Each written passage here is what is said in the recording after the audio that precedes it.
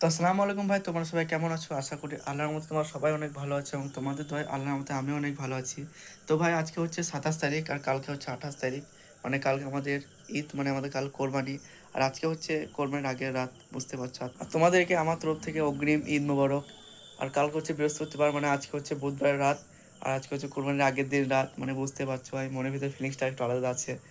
মানে যে কালকে একটা এই কোরবানি আছে, বুঝতে পারছো। তোমাদের বছর দুটো উৎসব, তার মধ্যে দুটোকে আমরা খুব মানে প্রাণ ভরে আনন্দ করি। তো হচ্ছে ভাই আজকে কোরবানির আগের রাত, মানে মনের ফিরতে একটা ফিলিংস আলাদা। মানে ছোট যখন ছিলাম না, তখন কোরবানির 2 দিন কিংবা ঈদের 2 দিন আগে থেকে আমরা লাফাতে লাগতাম যে হ্যাঁ 2 দিন পর ঈদ। একদিন আগে মানে একটা আলাদা একটা ব্যাপার ছিল যে একটা হ্যাঁ 2 দিন, ছোটো একটা ই ছিল। কিন্তু এখন আমরা বড় হয়ে গেছি, অতটা কজ করে না, কিন্তু তাও ভাই তোমার ই তো হবেই যে হ্যাঁ কালকে ঈদ। আর এখনও অনেকটা এক্সাইটেড আছে। তার মধ্যে ভাই কালকে হচ্ছে ঈদ, কালকে সকাল থেকে তো ঘোরার কোনো টাইম পাবো না। মানে কেউ, আমি শুধু নয়, কোনো ছেলে টাইম পাবো না সকাল থেকে ঘোরার। যখনই বিকেলে একটু বের হবো, কিন্তু বিকালে ভাই বুঝতে পারছি ঈদের দিন একটু বিকালে ভিড় হবেই। আর ভাই যাদের বাইক আছে তাদেরকে বলছি প্লিজ একটু সাবধানে গাড়ি চালিও, মানে শোকের দিনে দুঃখ এনো না, ঠিক আছে? একটু সাবধানে গাড়ি চালাবো, একদিনে তো কী আছে। না ভাই কালকে ঈদের দিন, ঠিক আছে, আনন্দ করার দিন, আনন্দ করো ভাই, জান ভরে আনন্দ করো।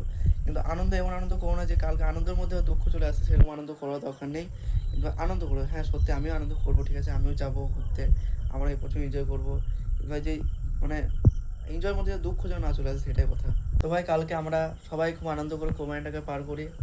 আবারও সবাইকে আমার তরফ থেকে অগ্রিম ঈদ মোবারক। আর কালকে আমার তরফ থেকে সবারই আমাদের বাড়িতে নিমন্ত্রণ রইলো, তোমার সবাই আমাদের বাড়ি চলে এসো, ঠিক আছে?